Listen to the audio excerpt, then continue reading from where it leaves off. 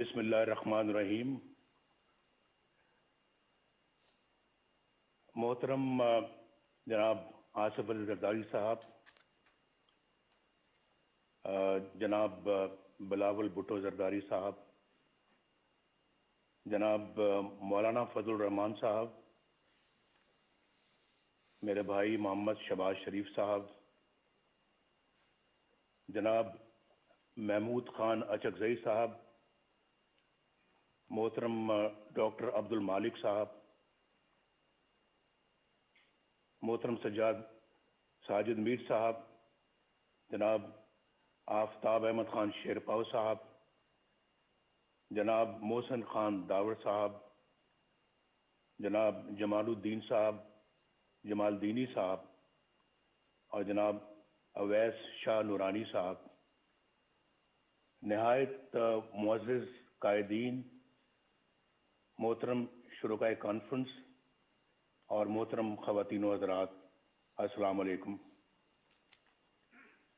बहुत शुक्रिया जनाब मोहतरम आसिफ जरदारी साहब, अल्लाह ताला आपको भी सेहत तंदुरुस्ती अता फरमाए और खैर व बरकत अता फरमाए।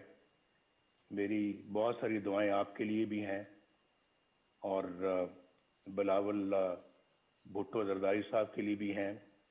उनसे परसों बात करके मुझे बहुत खुशी हुई और बहुत अच्छी हमारी बातें हुई और जिस प्यार मोहब्बत से उन्होंने मुझसे बात की मैं कभी नहीं भुलाऊंगा। मैं कॉन्फ्रेंस के मेज़बान जनाब आसिफ अली जरदारी साहब का और बिलावल भुट्टो जरदारी साहब का और मौलाना फजल रहमान साहब का और तमाम मुअज़्ज़िज़ कायदीन का बेहद शुक्रगुजार हूँ कि मुझे इस कॉन्फ्रेंस में अपनी बात कहने का आपने मौका फराहम किया। मैं वतन से दूर होते हुए भी अच्छी तरह जानता हूँ कि वतन अजीज किन हालात से गुजर रहा है और अवाम किन मुश्किलात का शिकार है। ये कॉन्फ्रेंस नहायत ही अहम मौके पर मुनक़िद हो रही है, बल्कि मैं तो इसे एक फैसला कुन मोड़ समझता हूँ। पाकिस्तान की खुशहाली और सही मानों में एक जमहूरी रियासत बनाने के लिए ज़रूरी है कि हम हर तरह की मसलियत छोड़कर अपनी तारीख पर नजर डालें और बेबाक फैसले करें। और आज नहीं करेंगे तो फिर कब करेंगे? मैं मौलाना फजल रहमान साहब की सोच से पूरी तरह मुत्तफिक हूं कि हमें रस्मी और रवायती तरीकों से हटकर इस कॉन्फ्रेंस को बामकसद बनाना होगा, वरना कौम को बहुत मायूसी होगी। और जो अभी ट्रेंड जनाब आसिफ अली जरदारी साहब ने सेट किया है, इसी को आगे लेके चलना है। आप सब जानते हैं कि 73 बरस से पाकिस्तान को किन मसाइल का सामना है। इन मसाइल की बुनियादी वजह सिर्फ और सिर्फ एक है, और मैं अपने तजुर्बे से बोल रहा हूं। मेरा भी तजुर्बा अल्हम्दुलिल्लाह पाकिस्तान की पॉलिटिक्स में और पाकिस्तान की खिदमत में काफ़ी ज़्यादा है, और मैं ये समझता हूं कि पाकिस्तान को जो मैं वजह बताना चाह रहा हूं वो ये है कि पाकिस्तान को जमहूरी निज़ाम से मुसलसल महरूम रखा गया है। जमहूरियत की रूह अवाम की राय होती है, यानी मुल्क का इंतजाम वो लोग चलाएं जिन्हें अवाम अपने वोटों की अक्सरियत से ये हक दे।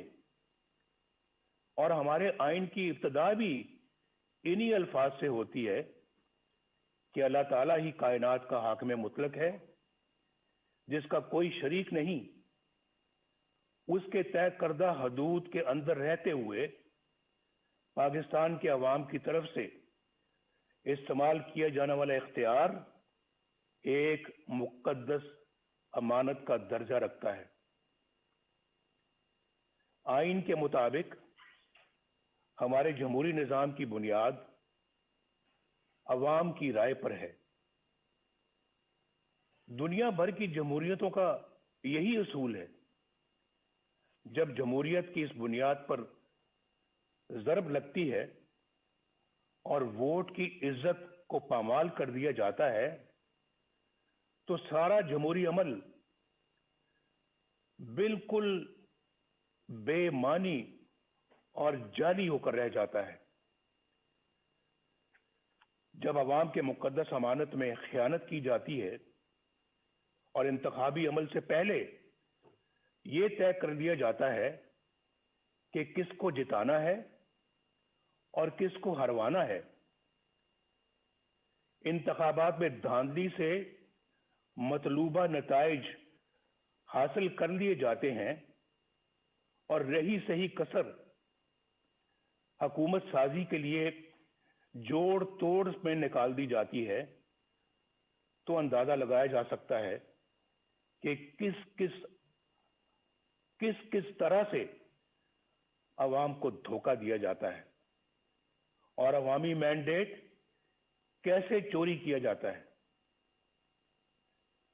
بدقسمتی سے پاکستان کو اس طرح کے تجربات کی لیبارٹری بنا کر رکھ دیا گیا ہے۔ اگر کبھی عوام کی کوئی نمائندہ حکومت بن بھی گئی تو اسے ہر طرح کی سازش کے ذریعے سے پہلے بے اثر اور پھر فارغ کر دیا جاتا ہے۔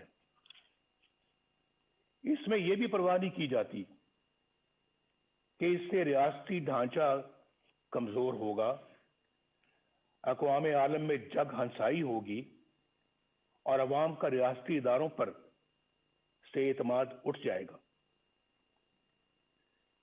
یہ بات پاکستان کے بچے بچے کی زبان پر ہے کہ 73 سالہ تاریخ میں ایک بار بھی کسی منتخب وزیر اعظم کو اپنی 5 سال کی آئینی مدت پوری نہیں کرنے دی گئی۔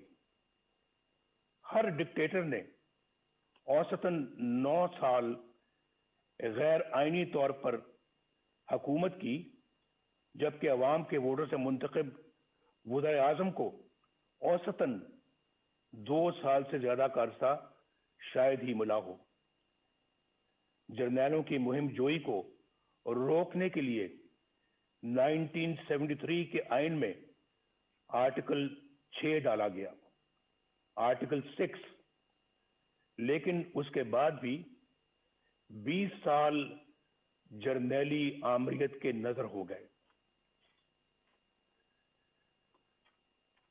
خواتینوں حضرات اور جناب صدر، جب ایک ڈکٹیٹر کو آئین شکنی کے جرم میں پہلی بار عدالت کے کٹہرے میں لایا گیا تو آپ نے دیکھا کیا ہوا؟ کیا ہوا؟ مجھے یہ کہتے ہوئے دکھ ہوتا ہے کہ جس طرح ہر مارشل لاء کو عدالتوں نے جائز قرار دیا، ڈکٹیٹرز کو آئین سے کھلواڑ کرنے کا اختیار دیا، 3 سالوں کے لیے دیا، اسی طرح 2 بار آئین توڑنے والے کو بریت کا سرٹیفکیٹ بھی عدالتوں ہی نے دیا۔ اسے ایک دن تو کیا، 1 گھنٹے کے لیے بھی جیل میں نہ ڈالا جا سکا۔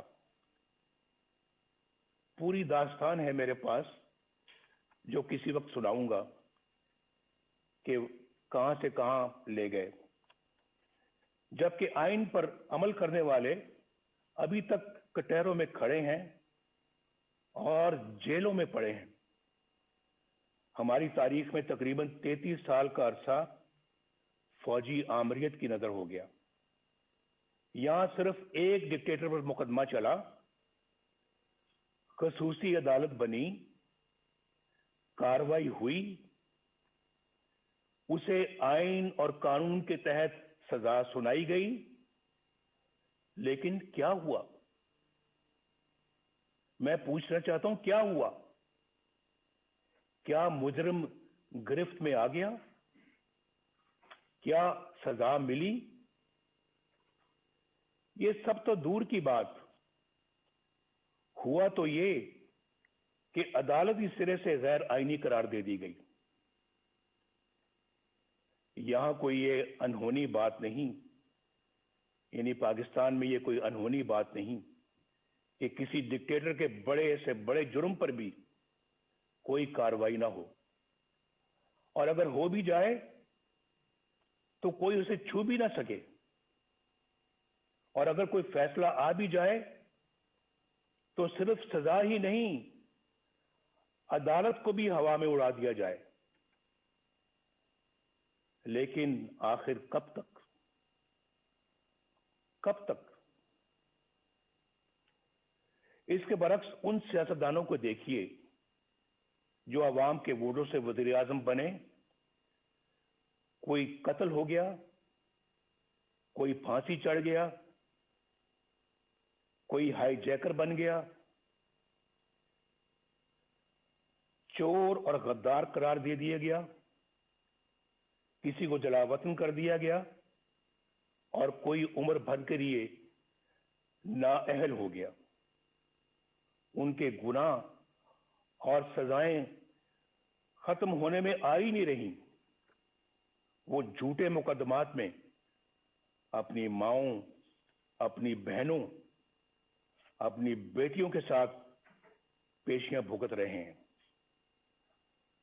दरअसल ये सलूक पाकिस्तान के अवाम के साथ किया जा रहा है, और सजा भी पाकिस्तान के अवामी को मिल रही है। आप में से अक्सर को हुकूमत का भी तजुर्बा है। आप जानते हैं कि अवाम की हमायत से कोई जमहूरी हुकूमत बन जाए तो किस तरह उसके हाथ पांव बांध दिए जाते हैं, और किस तरह अवामी नुमाइंदों की तजलील और तहकीर होती है। किस तरह किरदार कुशी का एक मुनज़्ज़म सिलसिला शुरू हो जाता है। किस तरह कौमी मफाद के खिलाफ किसी सरगर्मी की निशानदेही करने पर उन्हें मुल्क दुश्मन और गद्दार करार दे दिया जाता है। खुलासा ये है कि यहां या तो मार्शल लॉ होता है, या फिर मुंतखब जमहूरी हुकूमत से कहीं ज्यादा ताकतवर पैरेलल यानी मुतवादी हुकूमत कायम हो जाती है। एक पैरेलल निजाम चलता है। गालिबन एक बार साबिक वज़ीर आज़म यूसुफ रज़ा गिलानी साहब ने कहा था कि यहां स्टेट विद इन स्टेट कायम है, जिसे बर्दाश्त नहीं किया जा सकता। दुख की बात यह है कि अब मामला state with in the state से आगे निकलकर स्टेट अबव द स्टेट तक जा पहुंचा है। अवाम के हक हुक्मरानी को तस्लीम ना करने और नतीजतन मुतवाजी यानी पैरेलल हुकूमत का मर्ज ही हमारी मुश्किलात का और हमारे मसाइल की असल जड़ है। This is the root cause of our problems. ये जड़ है हमारे मसाइल की, और यही वजह है कि आलमी बरादरी में हमारी साख खत्म होकर रह गई। 2018 के इंतखाबात के बाद मुतअद्दिद मुल्की और गैर मुल्की इदारों की तरफ से इंतखाबी अमल की शफाफियत पर सवालात उठाए गए। मैं तो जेल में था, लेकिन खबरें मुझे सब मिलती रही हैं। बाज ने तो उन सीटों की तादाद भी बताई जहां धांधली की वजह से नताइज तब्दील कर दिए गए। उन हलकों की इतनी तादाद है कि अगर उनमें धांधली के जरिए नताइज तब्दील ना किए जाते तो बैसाखियों पर खड़ी ये हुकूमत कभी भी वजूद में नहीं आ सकती थी। आज कौम जिन हालात से दो चार है, उसकी बुनियादी वजह वो लोग हैं जिन्होंने अवाम की राय के खिलाफ नाअहल हुक्मरानों को मुल्क पर मुसल्लत किया। इंतखाबात हाईजैक करके इक़्तिदार चंद लोगों को मुंतकिल कर देना बहुत बड़ी बददियानती और आइन शिकनी है। हम चंद रुपयों की खातिर डाका डालने वालों के लिए तो बड़ी से बड़ी सजा का तकाजा करते हैं, लेकिन अवाम के हकूक पर डाका डालना कितना संगीन जुर्म है, क्या किसी ने सोचा है? मुअज़्ज़िज़ ख़वातीन व हज़रात, क्या मैं ये पूछने की जिसारत कर सकता हूं कि 2018 के इंतखाबात में घंटों आरटीएस क्यों बंद रखा गया? गिनती के दौरान पोलिंग एजेंट्स को क्यों निकाल बाहर किया गया? इंतखाबात में धांधली क्यों कर की गई? किसके कहने पर की गई? किसके लिए की गई? और कौन से मफादात के लिए की गई? इसमें साबिक चीफ इलेक्शन कमिश्नर और सेक्रेटरी इलेक्शन कमीशन को भी जवाब देना होगा, और जो लोग भी धांधली के जिम्मेदार हैं उन सबको हिसाब देना होगा।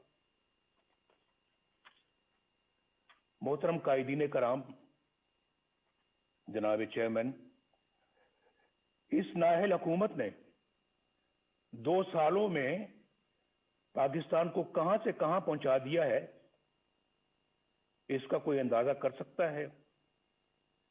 पाकिस्तान की मईशत बिल्कुल तबाह हो चुकी है, या जो कहते हैं ना कि पाकिस्तान की मईशत तबाह हो रही है, नहीं, बात उससे बहुत आगे चली गई है।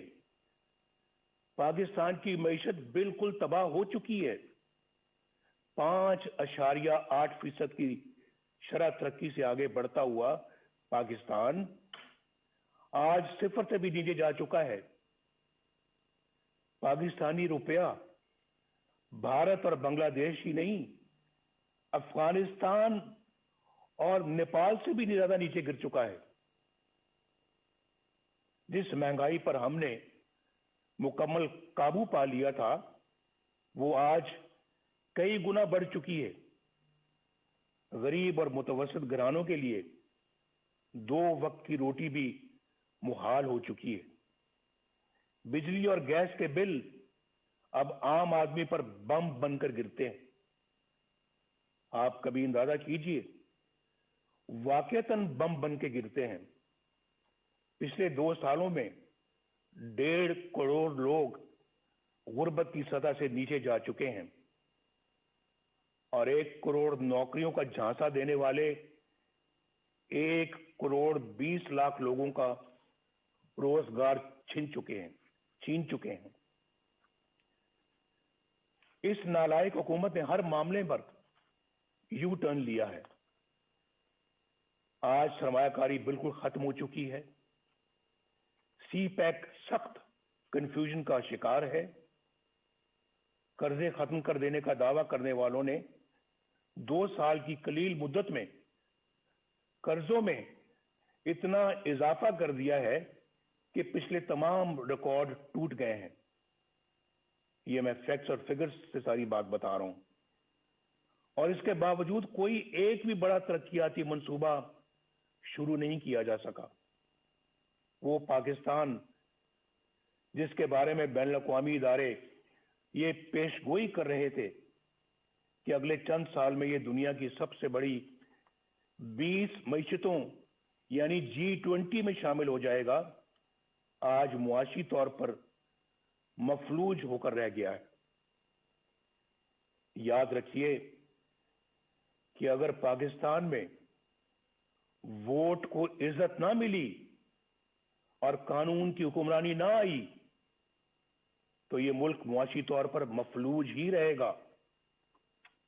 اور میں کھلے الفاظ میں یہ واضح کر دینا چاہتا ہوں کہ ایسے ممالک اپنے دفاع کے قابل بھی نہیں رہتے، خاص طور پر اس وقت جب آپ کے دشمن آپ کی کمزوریوں کا فائدہ اٹھا رہے ہوں. خواتین و حضرات، ملک بدامنی، افراتفری اور جرائم کا گڑھ بن چکا ہے. آئے دن ایسی پریشان کن خبریں آتی رہتی ہیں جن سے عوام کو امن و امان سے متعلق درپیش پریشانیوں کا اندازہ بخوبی لگایا جا سکتا ہے. شیخوپورہ سیالکوٹ روڈ پر قوم کی ایک بیٹی کے ساتھ پیش آنے والا واقعہ دل دہلا دیتا ہے.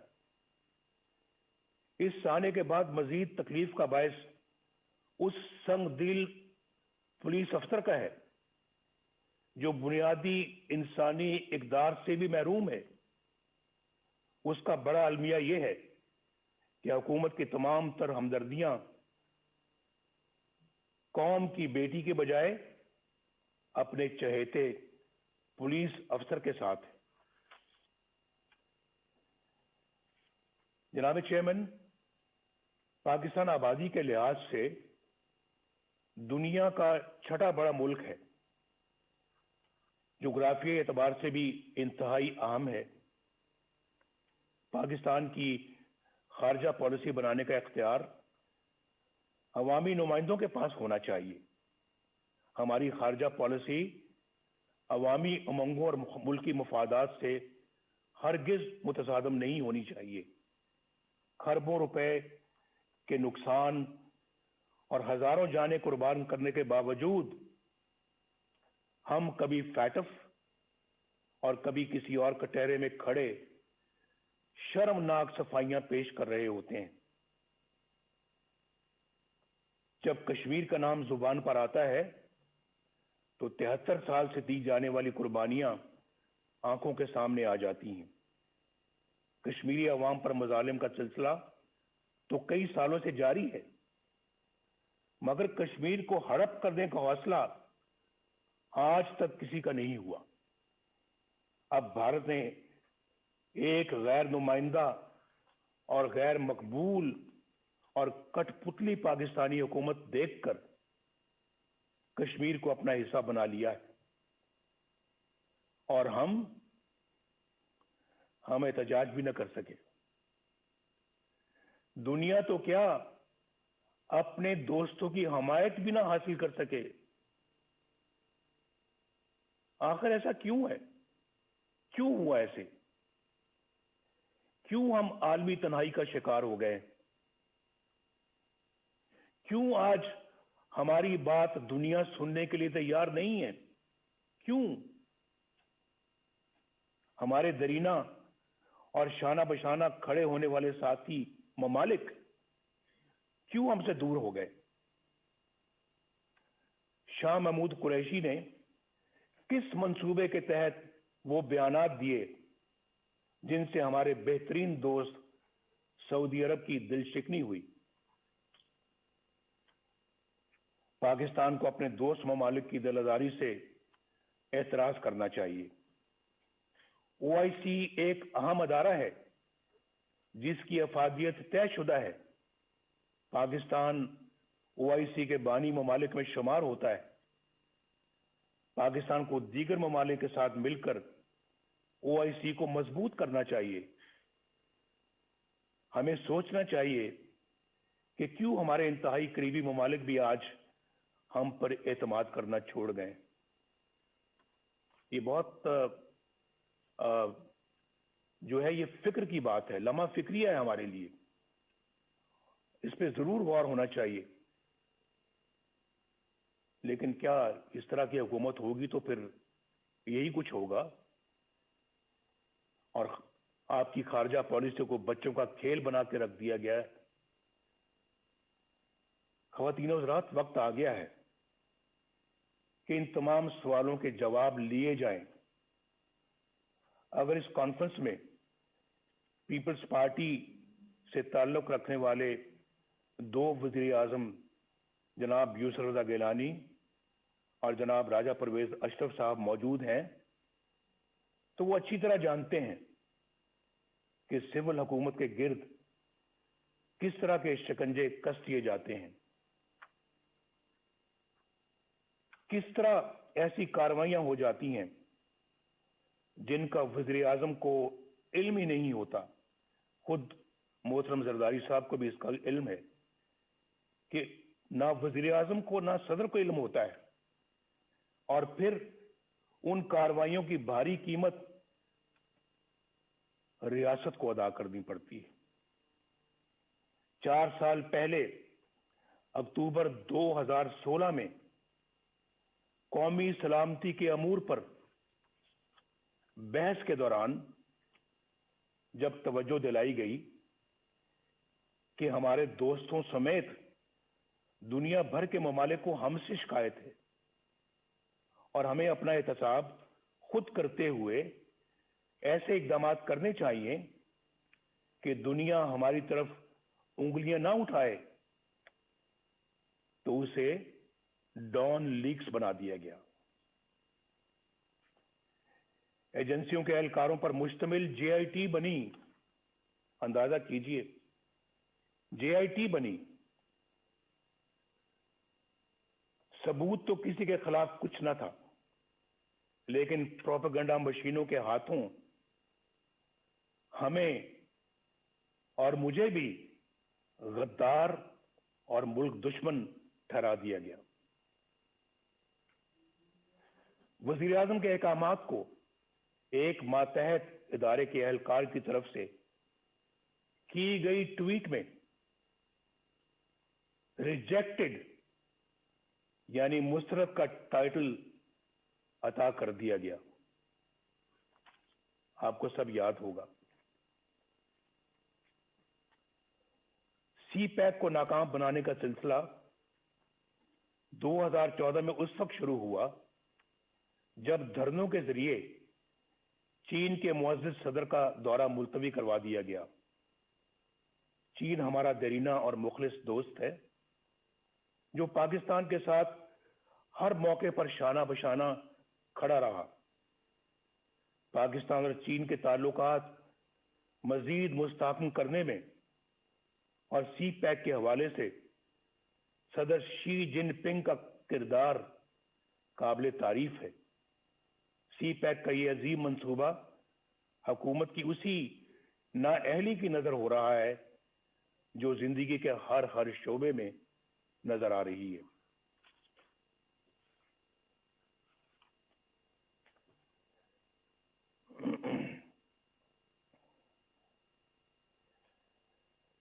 अगर मैं ये कहूं तो बेजाना होगा कि सी पैक के साथ पेशावर की बीआरटी जैसा सलूक हो रहा है, जहां कई साल बीत गए, मंसूबे से कई गुना ज्यादा रकम गर्क हो चुकी, मगर नतीजा आज भी नजरों से ओझल है।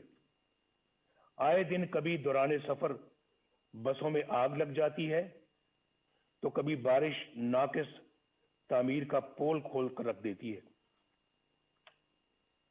यहां नैब के किरदार का जायजा लेना भी जरूरी है। सच्ची बात तो यह है कि एक डिक्टेटर के बनाए हुए इस इदारे को बरकरार रखना हमारी गलती थी, लेकिन यह भी सच है कि हमने कभी नहीं सोचा था कि ये इदारा इस हद तक गिर सकता है।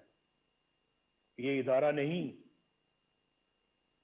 बल्कि अंधे हुकूमती इंतकाम का आला कार बन चुका है। इसके कई सीनियर एहलकारों के घुनावने किरदार फाश हो चुके हैं। इस इदारे का चेयरमैन जावेद इकबाल अपने ओहदे और इख्तियारात का इंतहाई नाजेबा और मजमूम इस्तेमाल करते हुए पकड़ा जाता है, मगर ना तो कोई इंक्वायरी होती है, ना एक्शन लिया जाता है, और ना ही शफाफियत के दावेदार عمران خان پر کوئی جوں ریگتی ہے، اس کے باوجود یہ شخص ڈٹائی سے اپنے عہدے پر براجمان انتقام کے ایجنڈے پر دھڑلے سے عمل کرتا ہے، لیکن بہت جلد انشاءاللہ ان سب کا یوم حساب آئے گا انشاءاللہ۔ بین الاقوامی ادارے اور ہماری اعلیٰ عدالتیں نیب کے منفی کردار پر بڑی واضح رائے دے چکی ہیں۔ یہ ادارہ انتہائی بدبودار ہو چکا ہے اور یہ مکمل طور پر اپنا جواز کھو چکا ہے۔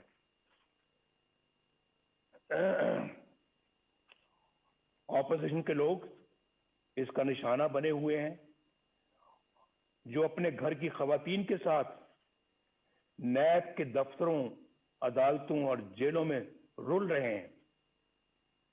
جو نیب سے بچتا ہے اسے ایف آئی اے کے سپرد کر دیا جاتا ہے، جو ایف آئی اے سے بچے وہ اینٹی نارکوٹکس کے ہٹے چڑھ جاتا ہے، اور جو وہاں سے بچ جائے اسے کسی بھی جھوٹے مقدمے میں پکڑ لیا جاتا ہے۔ 2018 میں سینٹ کے انتخابات سے کچھ عرصہ پہلے خواتین و حضرات ایک مذموم سازش کی گئی، میں آپ کی توجہ مبذول کرا رہا ہوں۔ اس مذموم سازش کے ذریعے بلوچستان کی صوبائی حکومت گرا دی گئی۔ اس کا مقصد کیا تھا معلوم ہے آپ کو؟ اس کا اصل مقصد سینٹ کے انتخابات میں سامنے آیا۔ اس سازش کے کرداروں میں لیفٹیننٹ جنرل عاصم سلیم باجوہ، جو اس وقت وہاں کے کور کمانڈر تھے، سدرن کمانڈ کے کمانڈر تھے، ان کا نام بھی آتا ہے۔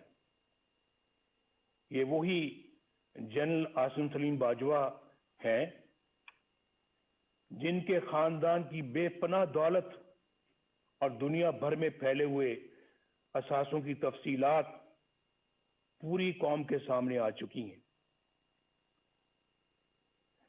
ان حقائق کو نہ صرف چھپایا گیا بلکہ مبینہ طور پر ایس ای سی پی کے سرکاری ریکارڈ میں رد و بدل بھی کی گئی۔ 15-20 سال کے عرصے میں اربوں روپے کے یہ اثاثے کہاں سے بن گئے، یہ پوچھنے کی کسی کی مجال نہیں۔ میڈیا پر خاموشی چھا گئی، نہ نیب حرکت میں آئی، نہ کسی عدالت نے نوٹس لیا، نہ کوئی جے آئی ٹی بنی اور نہ کوئی ریفرنس دائر ہوا، نہ کوئی مانیٹرنگ جج بیٹھا، نہ کوئی پیشی ہوئی، نہ کوئی سزا۔ اندازہ لگائیے باپ، احتساب کا نعرہ لگانے اور این آر او نہ دینے کے بڑے بڑے دعوے کرنے والا عمران خان، انہوں نے بھی اس اثاثوں کے ذرائع پوچھنے کی ضرورت تک نہ کی، بلکہ ایک پل میں انہیں ایمانداری کا سرٹیفکیٹ جاری کر دیا گیا۔ یہ سارا کچھ آپ کے سامنے ہوا ہے۔ میڈیا پر پہلی بار اس سکینڈل کا ذکر اس وقت ہوا جب جنرل عاصم سلیم باجوہ تردید کے لیے خود ٹی وی پر آئے۔ اس حکومت کے 2 سالوں میں یہ کوئی پہلا مالی بدعنوانی کا سکینڈل نہیں۔ یہاں کئی انتہائی سنگین سکینڈل سامنے آ چکے ہیں جن کا نقصان براہ راست غریب عوام کو پہنچا۔ حکومت میں بیٹھے لوگ باقاعدہ پلاننگ سے آٹے، چینی اور دوائیوں کی قیمتیں آسمان پر لے گئے۔ یاد ہے نا آپ کو، جب ہم چھوڑ کر گئے تھے चीनी 50 रुपए किलो थी, आज कितनी है? आज कहते हैं 100 रुपए तक जा पहुंची। और आटे की कीमतें भी देख लें आप, दवाइयों की कीमतें आसमान तक पहुंच गई हैं। अवाम के खरबों रुपए लूट लिए गए। मुल्क का हुक्मरान अगरचे दिन रात करप्शन माफियाज और एनआरओ का डंडोरा पीटता है, लेकिन चीनी की कीमत बढ़ाने में खुद उसकी जात मुलव्विस है। क्या नैब उसे तहकीकात के लिए गिरफ्तार नहीं करेगा? क्या उस पर कोई रेफरेंस दायर नहीं होगा? अलीमा खान साहिबा, जो कोई जद्दी पुश्ती रईस नहीं, बस खैराती इदारों की फंड रेजिंग करती रहती हैं, उनके बैरून मुल्क असासों के जराए की नैब कभी कोई छानबीन नहीं करेगा? बनी गाला में इमरान खान के जाती घर, उसकी गैर कानूनी तामीर की फाइल क्या यूं ही बंद रहेगी? फॉरेन फंडिंग केस, जिसमें बेशुमार माली बेजाब्तगियां हैं और करप्शन है, जिनकी गवाही खुद पीटीआई के रहनुमा दे रहे हैं, इतने साल गुजर जाने के बावजूद क्या इलेक्शन कमीशन उन पर कोई फैसला नहीं करेगी? ये बड़े ऐसे जानदार सवालात हैं जिनका आज तक कोई जवाब सामने नहीं आया। हम कब तक इंतजार करेंगे?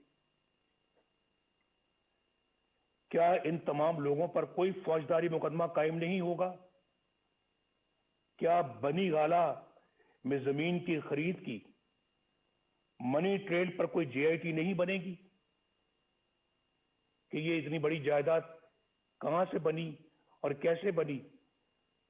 उसमें बहुत करप्शन और शुगूक शुबात है। कल असेंबली अरकान के टैक्स कोषवारों की तफसील सामने आई। इमरान खान ने अरबों रुपए की जायदाद रखते हुए भी 2,83,000 रुपए का टैक्स दिया है। भाई सवाल ये है कि जब आमदनी इतनी कलील है, इतनी कम है, तो आपके लाहौर जमान पाक के घर पर खर्च होने वाले करोड़ों रुपए कहां से आए? ये बताना होगा। क्या नैब इन आमदन से ज्यादा असासों पर कोई एक्शन नहीं लेगा? एहतसाब के इदारों को अपोजिशन के सिवा किसी के एहसास से नजर नहीं आते और ना ही किसी की आमदनी के जराए। रियासत मदीना तो बहुत बुलंद व बरतर मिसाल है। कानून और इंसाफ का अदना सा म्यार रखने वाली रियासत में भी ऐसा नहीं होता। क्या कुछ लोग इस दोहरे म्यार की वजह से किसी जुर्म के बगैर सजाएं पाते रहेंगे और कुछ लोग सब कुछ करके भी बेगुनाही और मासूमियत के सर्टिफिकेट हासिल करते रहेंगे? कौम कब तक देखने और जानने के बावजूद खामोशी से ये सब कुछ सहती रहेगी? क्या हम ऐसा पाकिस्तान अपनी आने वाली नस्लों के लिए छोड़ना चाहते हैं? फैसला कर लें आज। क्या हम ऐसा पाकिस्तान अपनी आने वाली नस्लों के लिए छोड़ना चाहते हैं? मैं तो कहूंगा नहीं, हरगिज नहीं, कभी भी नहीं, कभी भी नहीं। मुझे एक बड़ा पुराना एक शेर याद आ रहा है। दिल बुग़्ज़ो हसद से रंजूर न कर, ये नूरे खुदा है, इसे बेनूर न कर। ना अहलो कमीना की खुशामद से अगर जन्नत भी मिले तुझको तो मंजूर न कर। मैं तो इन ख्यालात का हामी हूं, इस नजरिए का हामी हूं। ख़वातीनो हज़रात, मीडिया को रियासत का चौथा सतून कहा जाता है। इजहार की आजादी बुनियादी इंसानी हकूक में से एक है। अफसोस कि दीगर हकूक की तरह पाकिस्तानी आवाम से यह हक भी छीन लिया गया। एक तरफ मुझे सियासी जमातों का ब्लैकआउट नजर आता है और दूसरी तरफ गैर सियासी और गैर जमहूरी अनासर का बेरोक टोक प्रोपेगेंडा। कहीं मुझे चैनलों की गैर कानूनी बंदिश नजर आती है तो कहीं अखबारात और जरायद की मखसूस इलाकों में तकसीम पर पाबंदियां। रियासती ताकत से मीडिया की जुबानबंदी कहां का इंसाफ है। सहाफियों, बिलखसूस खवातीन सहाफियों को सरकारी एजेंसियों का उठाकर ले जाना और तशद्दुद का निशाना बनाना बुज़दिलाना और इंतहाई काबिल मज़म्मत है। सीनियर सहाफियों को चैनलों या अखबारात की मुलाजमत से बर्खास्त करवा देना, बेबुनियाद मुकदमात में उलझा देना और कैद में डाल देना क्या एक जमहूरी रियासत का तरीका है? मैं इस कॉन्फ्रेंस के शुरुका से दरखास्त करूंगा कि सब मिलकर ये अहद करें कि हम मीडिया और ज़राए अबलाग की हिफाजत करेंगे और इसकी आजादी पर कोई कदगन कबूल नहीं करेंगे।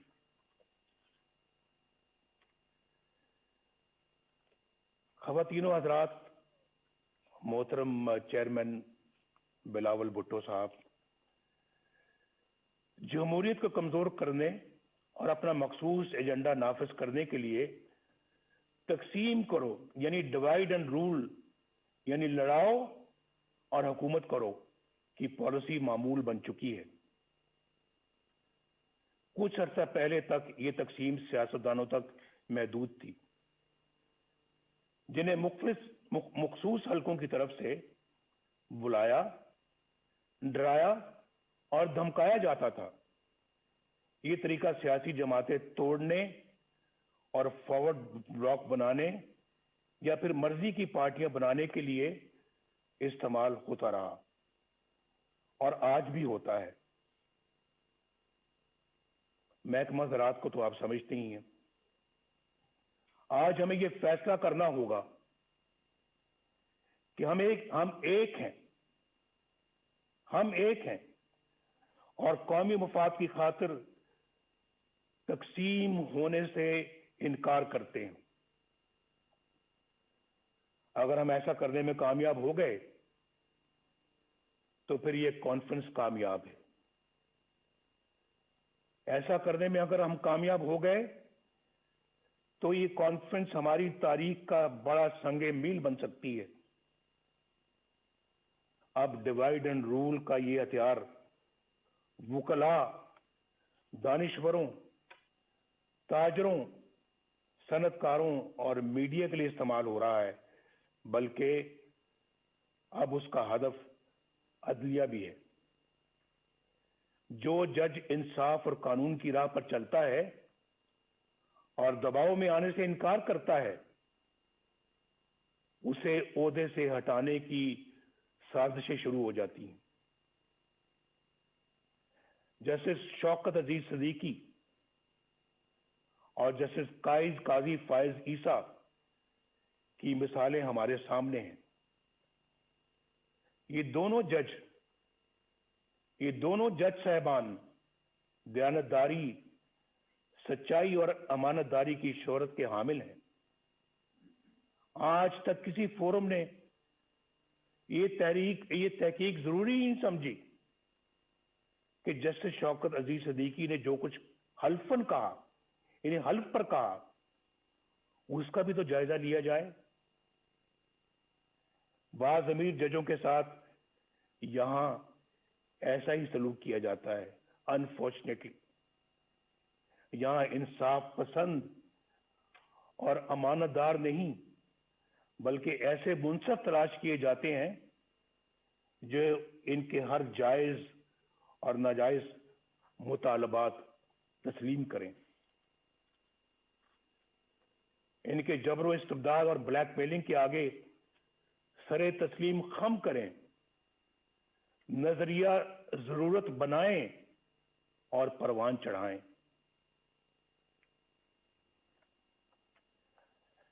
آئین کو سیبوٹاج کرنے والے ڈکٹیٹروں کے اقدامات کو قانون کا جامہ عطا کریں، ان کے گلے میں ہار پہنائیں، ان کو ویلکم کریں، خوش آمدید کہیں ان کو. آپ نے تو بہت اچھا کام کیا ہے، آپ کی تو ضرورت تھی آج، یہ تو کام بہت پہلے ہو جانا چاہیے تھا، آپ نے ماشاء اللہ لیٹ لگایا ہے، یہ پہلے لگانا چاہیے تھا. سب سے پہلے پلیٹ میں پھول لے کر ان کو پیش کیے جاتے رہے ہیں، اور پھر آرٹیکل 6 جیسے سنگین جرم کے ملزم کو آئین میں ترمیم کا اختیار عطا کیا جاتا ہے. یہ سب تماشا آپ نے اپنی آنکھوں سے دیکھا ہے. اس کے باوجود یہ سب کچھ دوبارہ کہنے کی نوبت آ رہی ہے. یعنی یہ سب کچھ ہو رہا ہے اور عوام کے منتخب وزیر اعظم کو پھانسی دیں، جیلوں میں ڈالیں، جلا وطن کریں اور ان کو اور ان کے خاندان کو ذلیل و رسوا کریں. اس کانفرنس کو آئین کی حکمرانی اور ووٹ کی عزت کے تحفظ کے لیے آج ایک جامع لائے عمل تجویز کرنا چاہیے. اگر میثاق جمہوریت کی بنیاد پر کسی نئے میثاق کی تشکیل ضروری ہو تو اس پر غور کیا جانا چاہیے.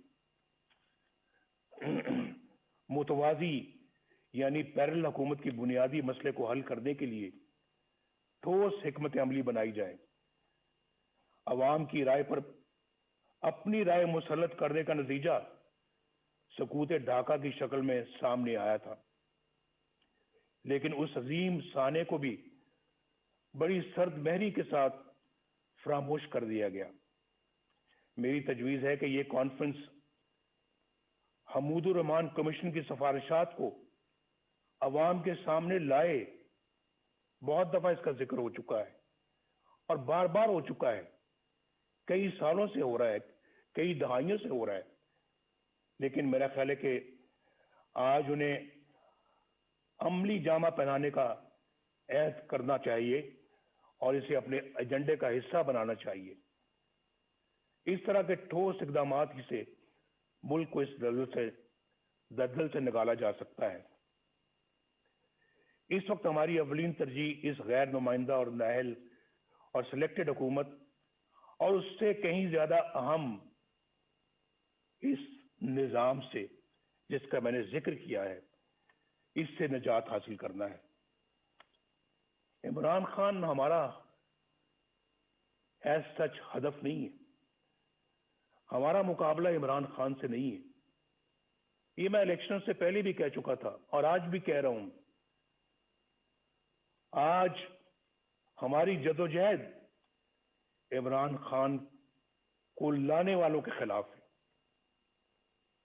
اور ان کے خلاف ہے جنہوں نے اس طرح انہیں الیکشن چوری کر کے اس طرح کے نااہل بندے کو اس جگہ پر لا کر بٹھایا ہے اور ملک کو برباد کر دیا ہے. یہ ملک ہمیں تمام چیزوں سے زیادہ عزیز ہے، جس نے عوام اور اپوزیشن کے ساتھ ساتھ اچھی شہرت کے حامل جج صاحبان کو بھی نشانہ بنا لیا ہے. یہ تبدیلی عمل میں نہ آئی تو یہ نااہل اور ظالمانہ نظام ملک کو ناقابل تلافی نقصان پہنچا دے گا. ہمیں یہ بھی نہیں بھولنا چاہیے کہ ہمارے دشمنوں کے عزائم کیا ہیں. ان کے عزائم کو ناکام بنانے کے لیے مضبوط معیشت کے ساتھ ساتھ مضبوط دفاعی نظام کی بھی ضرورت ہے. ہم نے پہلے بھی اس ملک کو الحمدللہ ایٹمی قوت بنایا ہے اور ہر وہ ضرورت پوری کی ہے جس کے لیے ہمارے دفاع کو ضرورت تھی. ہماری قومی سلامتی کے لیے ضروری ہے کہ ہم اپنی معیشت کے ساتھ ساتھ اپنی مسلح افواج کو بھی مضبوط سے مضبوط تر بنائیں. ہم نے اس کام میں ماضی میں بھی کبھی کوئی کسر نہیں چھوڑی, کوئی کوتاہی نہیں کی, اور آئندہ بھی ہماری یہ ترجیح رہے گی.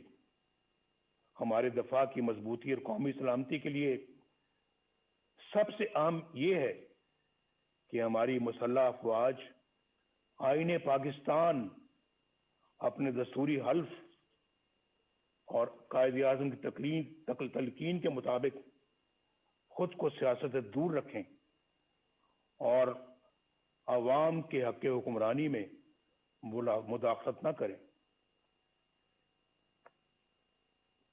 کسی کے کہنے پہ پرائم منسٹر ہاؤس کے گیٹ پھلانگ کر پرائم منسٹر ہاؤس میں داخل ہو کر پرائم منسٹر کو گرفتار نہ کریں, بندوق کی نوک پر گرفتار نہ کریں. ایسا ان آنکھوں نے دیکھا ہے, اس کا مشاہدہ کیا ہے. وہ منظر میری آنکھوں کے سامنے رہتے ہیں اور بڑا دکھ ہوتا ہے کہ ہم نے اپنے ملک کو کیا بنا دیا ہے, ایک تماشا بنا دیا ہے, اپنی نظروں میں بھی اور دنیا کی نظروں میں بھی. جناب چیئرمین اور معزز خواتین و حضرات, آخر میں آپ کو یقین دلاتا ہوں کہ اے پی سی اتفاق رائے سے جو بھی حکمت عملی اور لائے عمل ترتیب دے گی, مسلم لیگ نون اس کا بھرپور ساتھ دے گی. شہباز شریف صاحب یہاں پر بیٹھے ہیں, ہماری پارٹی کے دیگر قائدین بیٹھے ہیں. انشاءاللہ ہم بھرپور ساتھ دیں گے اور ایک سیکنڈ کے لیے بھی پیچھے نہیں ہٹیں گے. میں اپنی یہ گزارش ایک بار پھر دہرانا چاہتا ہوں کہ اے پی سی روایت سے ہٹ کر حقیقی تبدیلی کے لیے ٹھوس اور مؤثر اقدامات تجویز کرے. ہمارے کئی دوست آج قید و بند کی صعوبتیں کاٹ رہے ہیں. جناب خورشید شاہ صاحب, کورونا میں مبتلا حمزہ شہباز شریف صاحب, میر شکیل الرحمان صاحب اور دیگر ساتھی ناکردہ گناہوں کی سزا میں جیل کاٹ رہے ہیں. ہمارا مقصد بڑا ہے. کل یہی قربانیاں ہماری نئی صبح کی اساس اور ہماری منزل کے حصول کا انشاءاللہ باعث بنے گی. میں آپ سب قائدین کا بے حد شکر گزار ہوں اور اپنے میزبان جناب بلاول بھٹو زرداری صاحب کا بھی دل کی گہرائیوں سے شکریہ ادا کرتا ہوں کہ مجھے آپ نے اپنی گزارشات پیش کرنے کا موقع دیا. میری اور پوری قوم کی دعائیں آپ کے ساتھ ہیں. اللہ حافظ. پاکستان پائندہ باد.